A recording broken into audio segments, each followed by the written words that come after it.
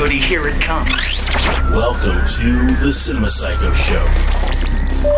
You are interested in the unknown, the mysterious, the unexplainable. That is why you are here. Oh my God, don't stop now! With your hosts, Brian, John, and Elaine. Welcome to the Cinema Psycho Show, the madhouse for film freaks and film fans of all types. I'm your host, Brian Coddington, joined by my fellow co-hosts and filmmakers, John and Lane Woolscroft. I'm still shaken from Neil Breen last week. I know. Could it maybe be that the memories of Neil Breen are blending together with real life? I don't know what's real Breen. I was going to say, I wake up in the morning and I just have this memory that I'm running through the desert going, ah! Guys, that's 100% not fair. We can't sully this episode with any Breenness. We can't. Because this actually is a really good movie. We can't. We just can't. We got a request for a review here. Yeah. So a couple weeks back, and every once in a while we get these emails, and we're on episode 169, by the way. And so mature. Every once in a while we get emails from filmmakers. Kyrie Paputz was one that emailed us to If review. your name as a director is John Doe, because the director of this movie this week too is hard to pronounce, please contact us. Yeah. Your movie. Yeah. No, Al Smith. We're so sorry if we say your name wrong. Please, let us know how to pronounce it. The We'd be glad to correct. the filmmaker of this day actually wasn't the one who contacted us. It was, I think, someone involved with the either publicity or the production of it, reached out to us and said, "Hey, they're fans of the show. Like, they're actually listening to the show. That's awesome." And they wanted us to review this film, and I had never heard of it. And I'm like, it's interesting because it's a female director, and it's a science fiction drama, which hard to do science fiction drama on the indie level. I really believe so. Oh, absolutely. So the movie we're going to be reviewing is called Mnemophrenia. Mnemophrenia. Mm-hmm. I'm hoping I'm pronouncing it right. Yeah, Mnemophrenia. That should be right. It came out in 2019. It's actually on Amazon Prime. So we're going to put links to where to watch this on Prime, because I really think it's a good film. It's not just on Amazon Prime. It's free on Amazon Prime. It's free on Amazon exactly. Prime. So check it out. With your Prime. I mean, you have to have Prime, but it is you have to have Prime. part of Prime. I think it's also on Prime these I think it's days? also on like Tubi, and I think it's also on YouTube for renting. Right. So it's out there right now, readily available to watch. Came out in October of 2019, and this movie is really good. Yeah, Like, really, really good. And I think just because it was so different from anything that I've seen. Yeah. And I think and at first, like, I'll fully admit I wasn't ready. Same here. I wasn't ready, and that kind of changed over time. Yes. I think I had the hardest time with this movie. I agree. I agree. Well, we can talk it out. I thought that it was in weird time. It's only 78 minutes. I thought the movie was too long. I thought it would actually been better as a short film. I kind of disagree. It originated as a short film. It was confusing as hell. Like, it took a long time to wrap your mind around this movie. Well, I think too, that might be a little bit on us. We'll talk about it. But one of the things I'd like to say is that when we do get a hold of an indie film like this, we want you guys to watch it, especially if we've liked it. So we're not going to spoil it. Yes, and we will be honest about the review, and that's the thing too. Yeah, we're not going to sugarcoat it. We're not going to sugarcoat it, but at the same time, we're going to give our honest opinion. Agreed. So the movie is directed by, and I'm going to butcher this, and sorry. Tried. We even looked it up. We tried so hard. Taking the bullet in advance. I'll be the one to take the bullet here. Eirini Konstantinidou.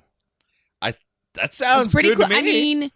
Okay. Please let us know. And again, please let us know if that's wrong. Anybody with the film, and we'd be happy to correct. This is a UK film, so it's actually... Let us know if we're wrong. Yes, and please. Please come on the show and tell us the correct way to say your name. Yeah. Oh, my God. We'd love to talk to you. We'd love to talk to you. So, Eirini Konstantinidou directed this film, and as I said, it originated as a short, and I found this on IMDb, basically, that it was called Mnemophrenia, The Beginning, was the original short. I would like to see the short. I'm going to see if I can find that. And then that'd be great. It's a UK film, and what's interesting about this film, in just kind of give you a little bit of background, the film basically is an anthology film. Okay, it's an anthology film, but it's told in a way in which the stories are blending in and out of each other. And it's basically the subject matter is dealing with virtual reality and kind of the line blurring between reality and real memories and fake made up memories.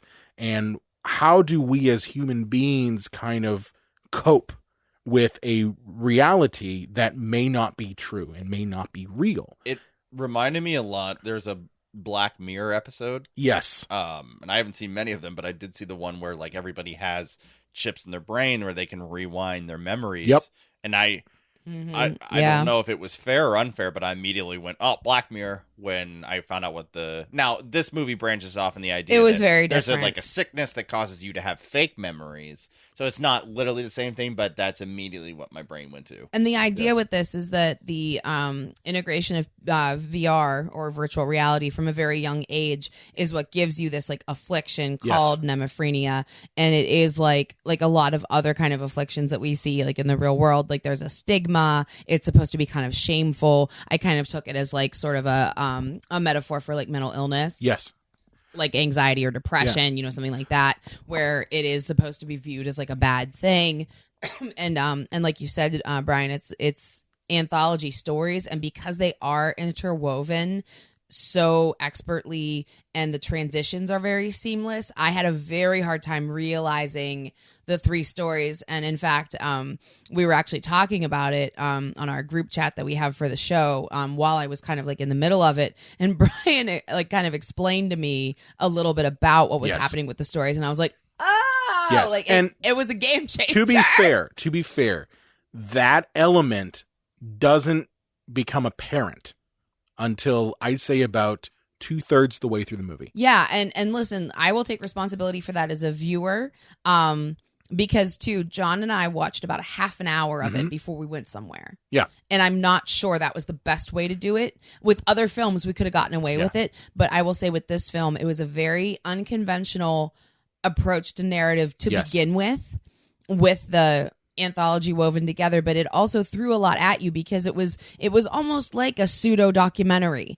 It had a lot of elements of that where they like threw you in to the story. They were not going to give you anything to go by, and you were kind of scrambling to figure out what was going on, to pick up context clues. And what I thought was really interesting about this film in particular is that they used a lot of graphics and text, and there was a lot of things going on, and I feel like very well. Yes. I mean, well, and too, like we need to say this too. It was beautifully shot. Yes. The post-production was excellent. I mean, the production was like chef's kiss. It was real good. Well, what's interesting about that, and this is something like I very rarely, and this is, I'm going to have people who are going to probably email me and say, you're a bad film person. I very rarely stick around through the credits for most films. Okay. And it's really just my time is kind of valuable. And so I'm not going to stick around through the credits if it's an movie. Right. Okay. This one, I stuck around through the credits because I really wanted to know, what was the process, because it is such an experimental type of narrative. Nobody sits through the credits. If you say no, but the film twas out there are going to say, you don't sit through the credits. Oh, this is why it's so good. Do you see the electrician? He worked on Captain Marvel. But what I want to mention is just that there were different cinematographers for each story. That makes sense. So It does make each sense. story had its own approach to cinematography. And each one had its own color correction. Yes, it had its own color palette. It had its own feeling. I mean, the Nicholas story, which was the one I gravitated more, and I think that is probably the most traditional narrative. Okay. The one where we're basically Nicholas is a lab. He's not a lab tech, but he's a creator of this new type of virtual reality called Total Cinema, and it's basically him being a true believer of Mnemophrenia and approaching it from a positive standpoint. Right. Because in his time, and I might make mention of this, each of these stories take place in different time periods. Okay, one is the near future, one is the mid future, and one is the far future. And I feel like that it also makes this kind of higher science fiction as well. Absolutely. So, because it did seem odd, the one guy was in clearly future clothes, and then there were other people in other stories who were just in normal And attire. that's why. And it was like, wait, until you figure that out, you're like, why is that one guy dressed like Yes. a yoga instructor in 2050? Yes. But the point I'm trying to get across is that, I really appreciated his story because for him, it is his story is honestly like the crux of the whole thing. And in my opinion. Absolutely. And his story takes it from, someone who's a true believer in Mnemophrenia and approaches it from a positive, and I think you do see that sometimes with people who are dealing with afflictions as they try to say, well, what is wrong with that affliction? Is that affliction a gift rather than a curse? And that is how Nicholas's approach is, that it is a gift rather than a curse, and how the company that he works for is kind of pushing that towards the negative, and how, his company is taking advantage of this technology and knowing that it is harmful and pushing for it. So he's kind of going against his own positivity towards Mnemophrenia, and realizing that he needs to kind of pull back. So, and there's some political elements into it. There's a group that's mentioned in it called the FML. FLM, I think. FLM, is that it? FML, Brian. Yeah, it's not family medical. Yeah, leave. yeah. Well, It's not fuck my life. Who again kind of shares Nicholas's approach to Mnemophrenia being a positive, and how he kind of decides, towards the end to kind of, approach it in a positive way. So it's interesting. And with his story, you do get that the visual effects that are put on there, the graphics that, offer up a lot of information that isn't readily available through the narrative.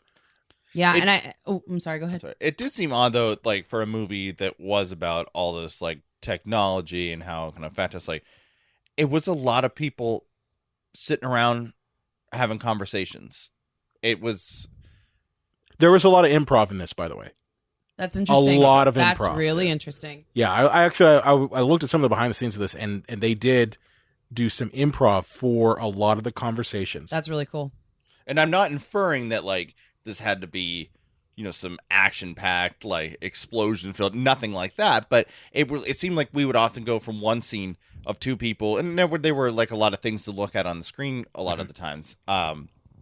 Like, having a conversation, and it would cut to a new group of people having a long-winded conversation. Right. Yeah. But at the indie level, you got to play to your strengths. Like, they probably didn't have a dolly for moving shots. No. They had only 3 locations, for the 3 different stories. I mean, it makes sense. I just would have maybe appreciated, like, quicker cutting, maybe, like, a more stylized back and forth, so we didn't, like, watch a guy cook a pasta dish. I don't think it. For, I don't. like, 8 minutes. But here's my whole thing about that. Is that scene about him cooking the pasta dish? No. The conversation. But that's visually what's happening. Right. But my point is that with this movie especially, it is about interpersonal relationships. Relating to each other, relating to the each self. other. Absolutely. But no, I get what you're saying. It kind of reminded me of My Dinner with Andre, Right. But I mean, for me, I think, and I think that's you're talking about kind of the far future scenes, because those are the ones that are honestly, I would say, they're the least visually interesting, where it really is more or less just about the two people talking. It's from a point of view type of standpoint. So you're really, aside from that, you're locked in at whatever the Robin character, who we find out that's who the character is doing. So it's almost voyeuristic. The other writer's name was Robin. I thought that was interesting. Yeah, and it's a voyeuristic type sense. And I think when you're in that sort of scene, you have to decide, how am I gonna cover this? Are we gonna focus more on the conversation, or are we gonna focus more on the visuals? And with that particular segment, it is absolutely 100% about the conversation. It almost is kind of like almost like theater at that point, where you're not really showing stuff, you're just talking. Yeah, this movie did remind me kind of a play. Like, it wouldn't work as a play because we need those, like, visuals that jump on the screen. But Well, and two, I mean, to John's point, like, I think I know what you're saying, because, like, breaking up some of this stuff with, like, cutting back and forth and because a lot of this stuff was just done in wides, you couldn't have done that screen stuff if you had cut back and forth. You needed the wides so you could have all of the information and the graphics. Well, that was for the Nicholas scenes. For the Nicholas and that's why I say, like, that I think is the most traditional of the stories, and that we are getting those wides in that. For Robin's story and for a lot of Jeanette's stuff, you couldn't do back and forth either because it's POV. So you couldn't cut back and forth anyway because you have their POV. This movie reminded me of Terrence Malick's like Tree of Life. Yeah. Oh, interesting. And I would say that like that movie has its issues, but like obviously, as you just pointed out, the reasons you couldn't, but the cutting I think was a little more fluid in that movie. Now Terrence Malick is like 80 or whatever, and he's been doing this for 50 some years, but yeah, I think there were good reasons why it couldn't be more dynamic, because you also couldn't do a lot of moving shots in the Nicholas scenes either, because again, like that, the screen information that we got from that, it wouldn't have worked. And they're all set cameras in the room. Yes, and they even suggest that because I think the one character says, "Where are all your cameras?" Like, oh, but they're all over the place. Yeah, and something about like them being like automated or something they had said like in passing, and the Nicholas story I thought was so interesting because there was a lot of information in the conversations, but I think I was telling John this when we were finishing it up and watching the movie like to the end. I thought it was so fascinating that you could watch this movie so many times and get more and more information every single time. I thought that was fascinating. And I thought it was just cool because like one of the things that's really exhausting me nowadays is it just doesn't seem like we're seeing a lot of new stories. And like what a unique concept. Like, I mean, a very high concept and like a very high science fiction idea, but like I just thought it was cool to like go after this like very new idea and just like kind of go for it. I think it's interesting because I've seen other films that have tried to tackle electronic addiction and the blending of the real. I mean, the biggest one I could think of is The Matrix. Where it is based. Right, but you could, there have been I remember when The Matrix came out, there were actually classes devoted to the concept of the Tao of Matrix. Yes, the philosophy of the. No, there were college classes that propped up on the philosophy of the Matrix and that blending of the Wachowski real siblings are hack robots. Hey now. But what was interesting was that this movie, it didn't take an action-packed approach. It didn't take a approach that I think, and maybe it is more of an American approach, where we would try to say, how do we fit this into a normal film narrative that we're all used to? It approached it from a documentary type of feel. It approached it to, let's present, this condition in not only how does it affect someone medically, but how does it affect society? And it speaks to a lot of our own things. It speaks to me, at least watching this, about how we are so attached to our electronic devices and how we enter our own worlds. Well, and I feel like it asked different questions than other films have asked of like VR and virtual reality in the past. I mean, this film asked, like, what does this do to the mind? What does this do to identity? What does this do to generations past and generations to come? Yeah. And I think those were more thoughtful, more slower paced questions that demanded a movie that did not have bullet time. It's obviously not an action film because those weren't the questions it was asking. I mean, maybe a hint too slow. I liked how different it was, and again, like I said, and for anyone who wants to watch this, please take the time to watch it all at once. Don't make my mistake because I'll be honest with you. I watched this and I had to stop it because my daughter is obsessed with my short film. What does she call your short film, Brian? Spoopy. No, that's not what she calls it anymore. John movie. Yeah, she does. She said, John Spoopy. John Spoopy. So okay. you had to take a spoopy break? I had to watch my movie for the 50 billionth time. Do you hate your own movie now? Yes, I do. But she loves it. But she loves it. And she says, Lane, John movie. She says Lane. Oh, yeah. Really? Damn it. Yeah. But she's mostly saying John movie. Yeah. John. You're clearly the first build star to her. Oh, well, she loves your clown face, by the way. Nice. She loves that clown. She smiles and actually has to sit up and watch that part because she'll like lay on me watching it and have to sit up and go, John movie. Sweet. But the point is She's that the best. I had to take breaks while watching this because, I couldn't watch it all the way through because, honestly, a 21-month-old girl is not going to want to sit through this. Sure. So, I did have to break it up. Yeah. And I think you should watch it in all one go. I think watch it all in one go and then just understand that this movie requires that the audience do some work. Yeah, and I would have liked knowing that going in. I literally had no idea about going in it. Yeah, Well, somebody and said maybe it's that's not my traditionally fault. narrative. Maybe that's my fault. Maybe I should have looked into it a little bit. You're before seeing I a bunch dove of. I in, should have read a synopsis. Or Well, something. me too. Here's the thing. Even with the trailer, because I watched the trailer for this before I actually watched it. Smart move. The trailer doesn't done. even. Well, here's the thing. The trailer, I think, doesn't present kind of the prereqs to see this film. Because the trailer is very much a traditional, interesting, movie trailer in that sense. That also could have been done by the distributor. Indie Rights could have been the one who put that together. But I know for me, watching this, I had to understand that I was not going to be spoon-fed.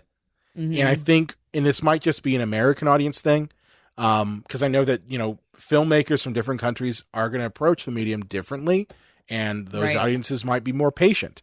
I watched a German film the first time when I was in that's very true. undergrad, and That's fair. we had German exchange students with us, really great guys, and their final films were slower. Okay. They were much slower. They were Interesting. not obsessed with how fast can I cut this thing, what the pace is going to be. They were very much let this movie breathe. And that's Very a cool. different concept than I think Americans are. And that's I a think good Americans, influence. since we're raised with the action-packed blockbuster, and especially nowadays, that's pretty much what we've given. Vin Diesel is. Yeah, but even our indie films are like that, Yeah. So I think if you're not used to, if you weren't grown up in that, and you're used to slower paced films, and you make a slower paced film for an audience like us, it's going to be kind of hard. So for me, I had to take a step back and say, okay, I have to do some work on this. Yeah. I have to put pieces together. Right. It is not a movie that you can just, grab popcorn and just watch. Or zone out. Or zone out. Or Literally, look at your a phone. popcorn movie. It's a popcorn movie. It's not. It is a movie. And I liked that. That you have it's- to do some work in. It's very different than anything I've seen recently. Yeah. Speaking of things from other countries, go right to England, like the show Spaced, which is the Shaun of the Dead guys, like the TV show they made before they got into the motion picture business. The picture business. That show reminds me quite a bit of Seinfeld, and it's a bunch of friends hanging around an apartment, or in this case, a flat. In the flat.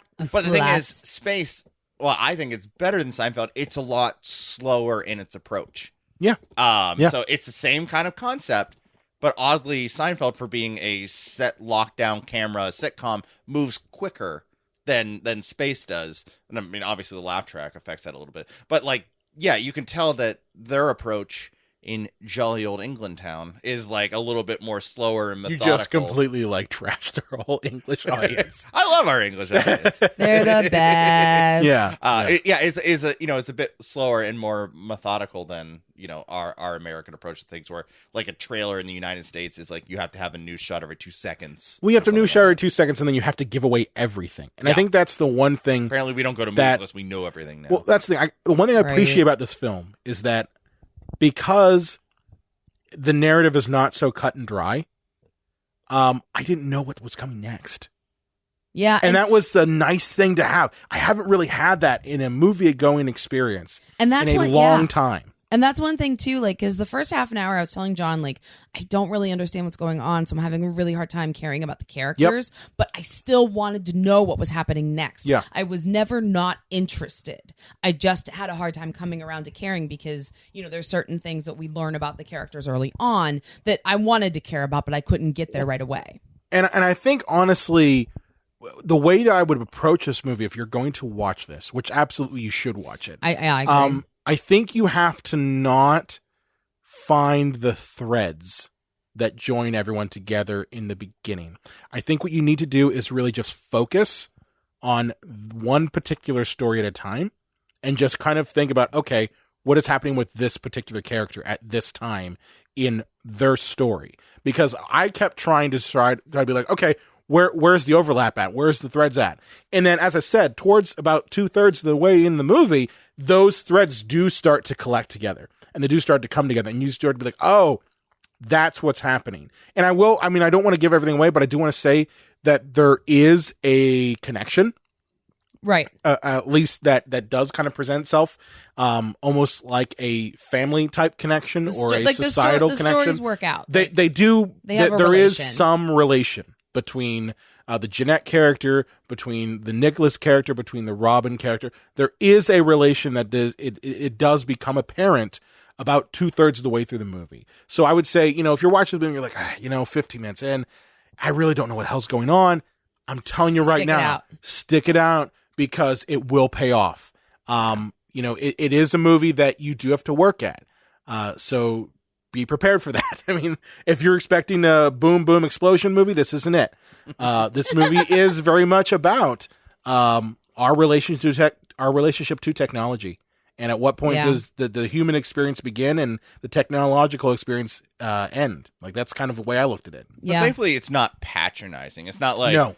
Killer cell phone. If you answer no, it's not like that brain. At all. I think it's a nice exploration that doesn't necessarily offer any answers and definitely doesn't preach. Well, I think the one positive things I could say is their approach to the VR at least starts off negative, ramps up to 100% positive, and then ramps up to somewhere in the middle, where it's almost like, okay, what are the negatives and what are the positives of us having artificial memories, or at least understanding that we can bring in experiences that aren't our own?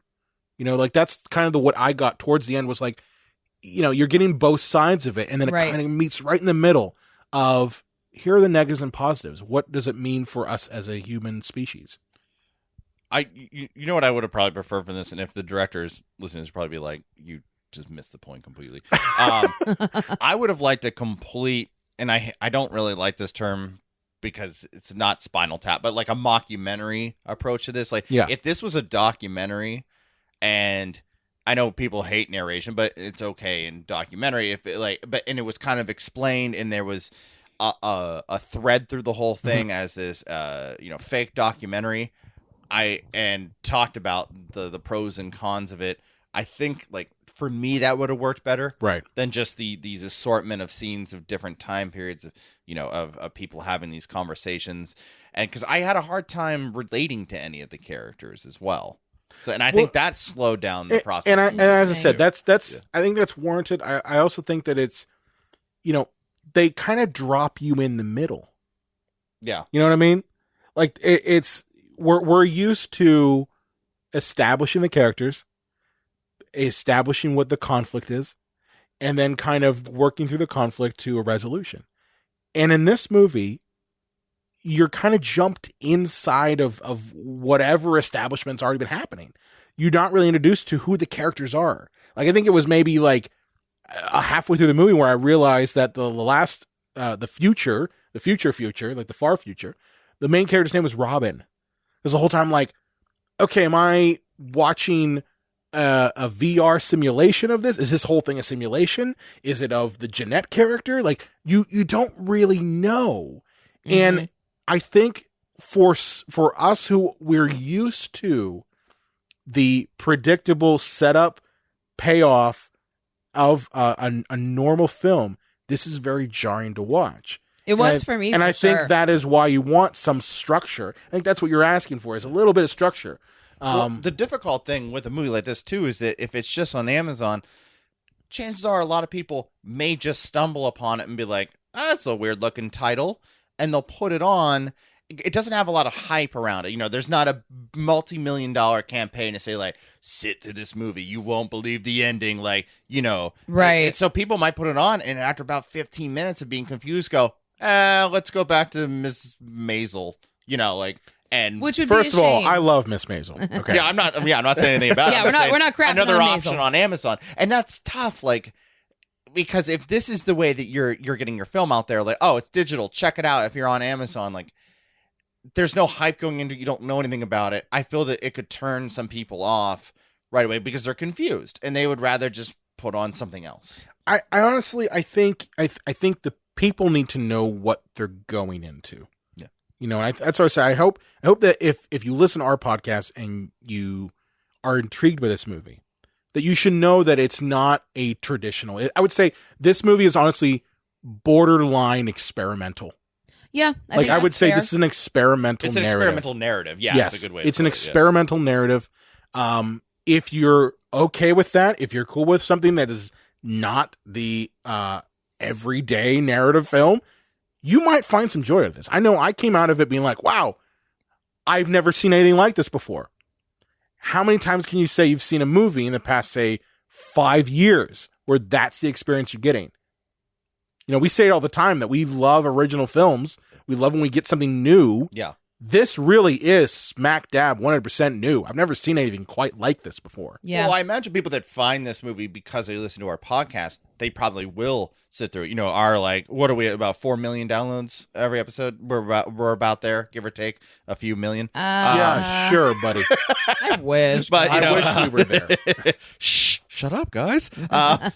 But yeah, I feel that people will sit through it. But I'm saying if you just find it randomly, I'm not as sure. But I think you just have to know what it is. I think a big problem I have with it, and I have a large problem with things that come from England, is that they have a different sensibility than we do. They a different approach. When they made The Office for the United States, they said the Michael Scott character has to be completely changed. I mean, his name wasn't Michael Scott in the UK version, but Ricky Gervais's character is negative, sour, cruel, down on himself, and they brought the Michael Scott character is full of optimism, and even naively full of optimism, because that won't translate well to an American audience. And I think a lot of these characters, maybe I just couldn't relate as well being from the States, being American, and I couldn't fully gather their approaches to things and the way that they speak to each other and things like that. Interesting. Yeah, I have trouble sometimes with UK comedy. But this I didn't have trouble with at all. I didn't have any trouble with that. I mean, I think whatever whatever country it's coming from, it's the stories. The stories are still the same. You have one person. The human condition is still the same, and that was a constant across this. Is I understood what was going on. You had one story in which it's a couple that is dealing with honestly a horrible medical situation, and what does a couple do in the middle of that? How do you reconcile that? There's language barrier doesn't mean anything. The human condition is going to deal with that either way. The other story is dealing with the onset of an addiction. That's really it. It's the onset of addiction, and what does that do to your life? What does it do to your choices? What does it do to your family? And that is a universal thing. We're all addicted to technology. Oh yeah, absolutely. Have you ever left the house without your cell phone? You're like, oh God, God, I don't have my phone. I mean, how far have you driven to go back for your phone if somehow you have walked off without it? I mean, it's it's gross. I feel weird when I don't have it. Yes, yeah. And how many times do you decide I'm gonna, on 8 o'clock at night, instead of watch TV, you look at your phone. Mm-hmm. Or you have your TV on, you're looking at your phone at the same time. Yeah. Mm-hmm. So when the last time was, I think that's why I like going to the movies so much, going to the theater so much, is because I focus on the frickin' movie. Imagine that. Right. Yeah. But I think this movie speaks equally to the idea of, false memories, as it does to our addiction to technology. And how does that alter our lives? I mean, that's what I got out of it. Was what is technology, our cell phone, or all that stuff, as it interconnects us as a species. It also, I think, blends those two together. For me, I think it was about where technology is going and how it's going to eventually integrate even further. Yeah. because like There's we no have separation between man and technology. Yeah, because we have this separation now. What? Yes. I'm holding my phone in my hand. You have could your computer you could put there. it down and you could walk away. You but you with could cut yourself off if you really wanted to. Yeah, but what they're saying with VR is like it's a chip in your head. Like right here, on your temple. Like it's profound. It started with Edward Nygma's box. The box in every home in America. Wow. He had to throw that in there. Or it Which could is be a like blender with things. or it could be like Lawnmower Man. Oh, yeah. Yeah. A Jeff Fahey movie. Deep cut. But yeah, guys, like I really enjoyed this. I did. I liked how different it was. At first, I resisted it because I was like, I don't get it, and then I was like, I like that I don't get it. Let's keep going, because I think I've seen a lot of the same stuff lately, and this was like different enough that it really interested me. I think also too a female director's approach to sci-fi is really interesting. Listen, a woman invented sci-fi. We got I this don't shit. no, I know that, but I'm just saying like I think genre films always, for the most part, are heavily pushed on the male side. Whenever I see horror movies, whenever I see sci-fi, it's look at Ridley Scott's Alien, or Sam Raimi's Evil Dead, or I think female directors offer a different voice to these genre films that I don't think is pronounced nearly enough. Yeah. I think you guys tend to like this a lot more than I did. And like, look, bravo to them for making not only like a feature length. Nobody really seems to know. Is it 75, 78, 80 minutes? What is feature length? But it's an arbitrary number. Yeah. It's it's a feature length film that is beautifully shot, competently done. I think there was only one time that there was a shot that was like a little blurry. But like it was shot, very well. So hats off to them. It didn't pull me in, I think, the way that it did you guys, but I still am very impressed by, the scope of it.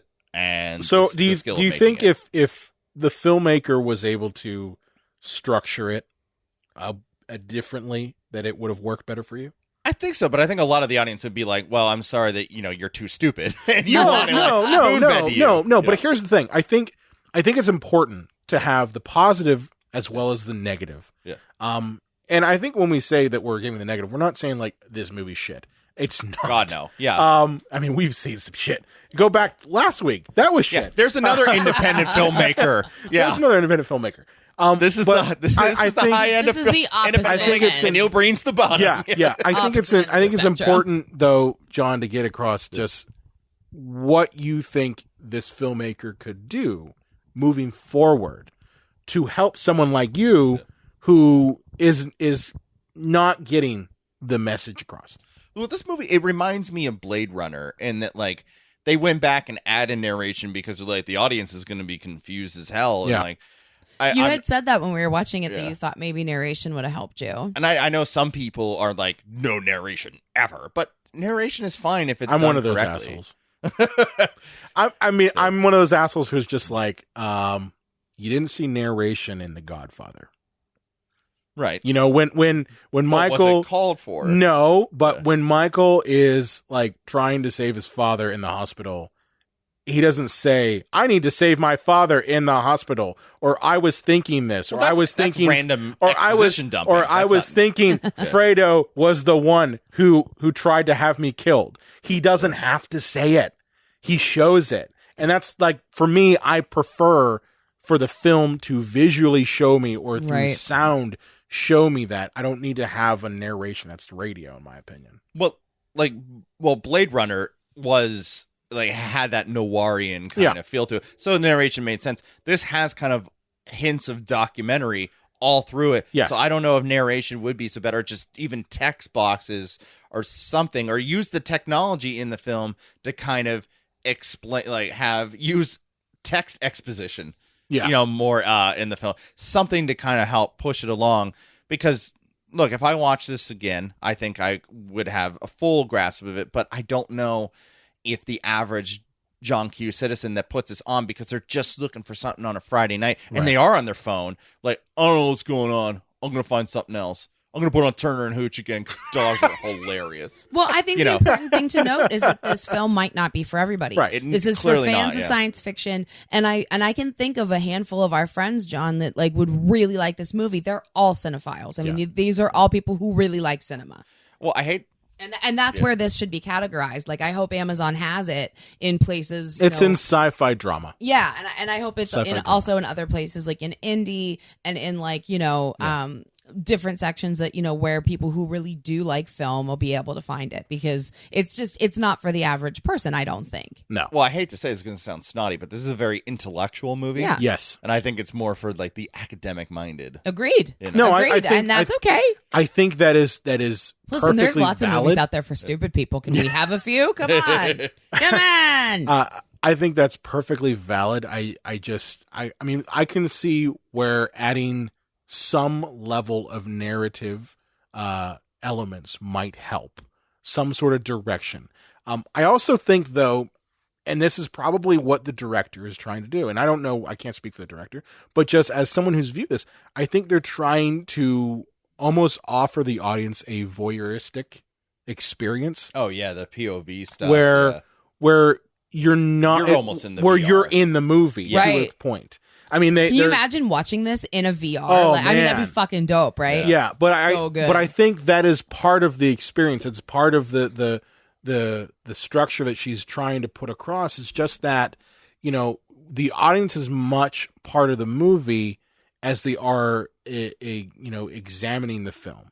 So I think that's why it is kind of immersive in that way. Now, whether that works for a medium like Amazon Prime or works for YouTube, I can't really say. I honestly could see this being almost put in a place where you've got screens around all sides of you and you're watching it that way. Right. I think that might have worked Like a little an bit better. Installation. Yeah. And maybe that is what this would work better as, rather than just a nut and bolt regular indie film release. But I think that's just knowing in advance that that's the type of experience you're getting, that you are going to have to do some work, and that it isn't necessarily just you're given everything, But I think there's some liberating to that. What distracted me a little bit with that too, with the POV stuff, is that like it reminded me of video games. I'm kind of a gamer. It would play gamer, but how many there's those video games where it is your POV and you're looking at somebody and you have to hit B to say something, and if you don't, the character just stares at you. Like a lot of times, those role play games, yeah. I was saying to Elaine when we were watching this, I'm like, people don't just sit and stare at each other like this. Like they actually have conversations and things like that. Like there was a point where like they'd be eating dinner and she would look up at the guy and he's just staring daggers into her because he's looking into a camera. There were reasons, and don't say what they are because that gives things away. But I feel like there were reasons. Sure, but I kept waiting for somebody to hit A so they could like have like start the conversation on the controller. I see what you're saying. Right? I see what you're saying, but still. Yeah. But I mean, either way, I think this is a very academic film. Yeah. And I don't think it's made for everybody. Agreed. This is the kind of movie you can only get on an independent level that is self-distributed. Oh, absolutely. Some executive would be like, it's too slow, it's too confusing. It's too smarty Could you put an pants. explosion and some titties in It's there? too smarty pants. Well, I did think there was one scene where the couple does get a little romantic. I'm like, oh God. Oh God, are we going to jump to a sex scene in VR? I was like, VR movies. I was mostly just worried he was going to take those weird pants off. Yeah. Movies. No, I'm just kidding. His I'm just lap kidding. pants. The acting also was very good. Yeah, we didn't really mention the acting. Good. The acting in this is way very, good. very, very good, especially with the improv thing you mentioned. That was and really the thing amazing. too is like these are all no-name actors. Like there wasn't a single actor in here that's like, they were really, really talented. Known for anything. They're all no-name actors who are, for the most part, doing improv, and it's really, really smooth storytelling. Really awesome in that regard. So really awesome. Yeah, great performances. Yeah. I don't think there's a whole lot more to say. This is definitely check this movie out. Yeah, definitely watch it, guys. It was really good. Mnemophrenia.com is the main site for it. It's also on Amazon Prime, YouTube, Apple TV, Tubi, and I think Google as well. Cool. So it's definitely available to watch. Cool beans. Really interesting film. And they're also on Facebook and Twitter and Vimeo. So All the socials. The social medias. Speaking of the social media. Speaking of social medias, That's right. Lane, where can they find you at on the Twitter machine? At LA_Croft. John? Well, I thought I had Twitter, but I think it was just a fake memory in my brain. The Unreal J Wolves. And you can find me at Brian Constantine on the Psycho Show page. Be sure to like us on Facebook, Twitter, Instagram, excuse me, Ooh, at Instagram. Psycho Show. Let's get a trademark on it now. Yeah. You can also find us on the Epicast Network at epicastnetwork.com. If you have a favorite movie or question you want to throw away, you can contact us at cinemapsychoshow.com. You can also send us a SpeakPipe voicemail on our website as well. Tell us what you think of this movie, and we might share it on... Yeah. I did it. Sorry, Brian, interrupt. I did it like an asshole, just to mess with Brian. But it was very easy. Very easy, right? Please, yeah. drop if those you've got, speak pipes. If you've got questions or if you've got feedback for us, and you want to tell us, hey, your suggestion was terrible, or even if the director of this movie wants to send us a voicemail, said, hey, you got it all wrong, or hey, you got it all right, you can do that right on the website. If you got a question for Brian, you want to troll me or talk about how damn sexy Lane's voice is, please reach out to us. Yeah, you can do that all through voice, and we'll share it. We'll share it on the show. And as make long sure as it's not riddled with hate. Yeah, please don't do that. Yeah. We will block you. Yeah. Make sure to subscribe to us on Apple Podcasts and iTunes, and catch a new episode next time.